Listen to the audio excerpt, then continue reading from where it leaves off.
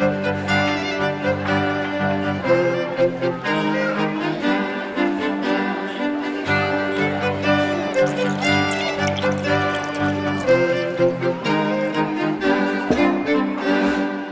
my name is Miguel Garza with Vino and Protocolo. I am the owner, proprietor, and sommelier of this wine sampling room, as I like to call it.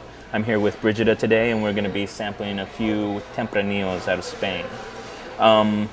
Tempranillo, the first one we're going to try here, is from Dominio de Eguren, and this is called the Protocolo. So this is a very reasonably cost, effective kind of Tempranillo.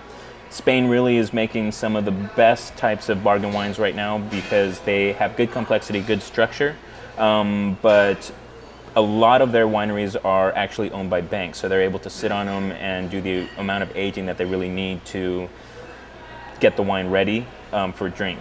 So what this one is a very simple, basic wine. Tempranillo is the name of the varietal. Varietal, when people talk about a varietal, means the type of grape. So the varietal is 100% Tempranillo, which is indigenous to Spain, one of their main varietals, and this one is aged for 3 months in American oak. So American oak tends to have a little more effect on it in a shorter amount of time in the wine. So if you want to take a little swirl here. I'm not left-handed, so. You could use your right hand if you want. So you can even smell in there, there's a little bit of spiciness to it. Some fruit, you know, it's not overly ripe, but it's still a pretty young wine. And then if you want to take a sip,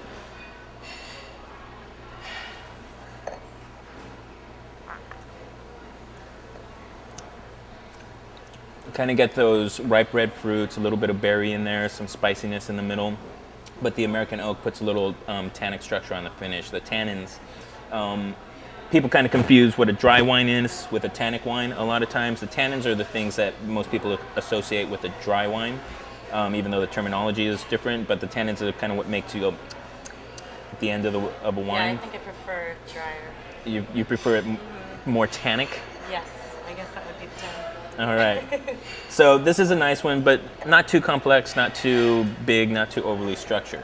A little step up is going to be the Faustino VII. So also a very young wine, 100% Tempranillo out of Rioja.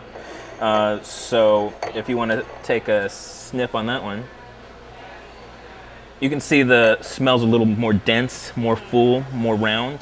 This actually spends 28 months in French and American oak versus 3 months in just straight American oak, which you can also see a little bit in the color. There's a little bit more oxidation, a little bit more orange tones to the wine. I don't know how you know all this.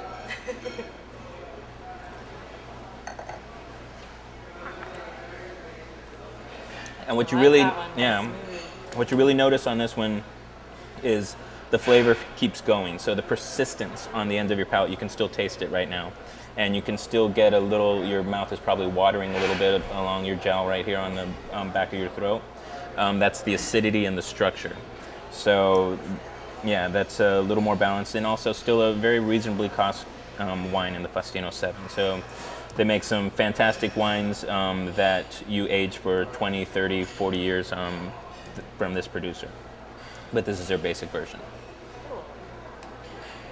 Salute.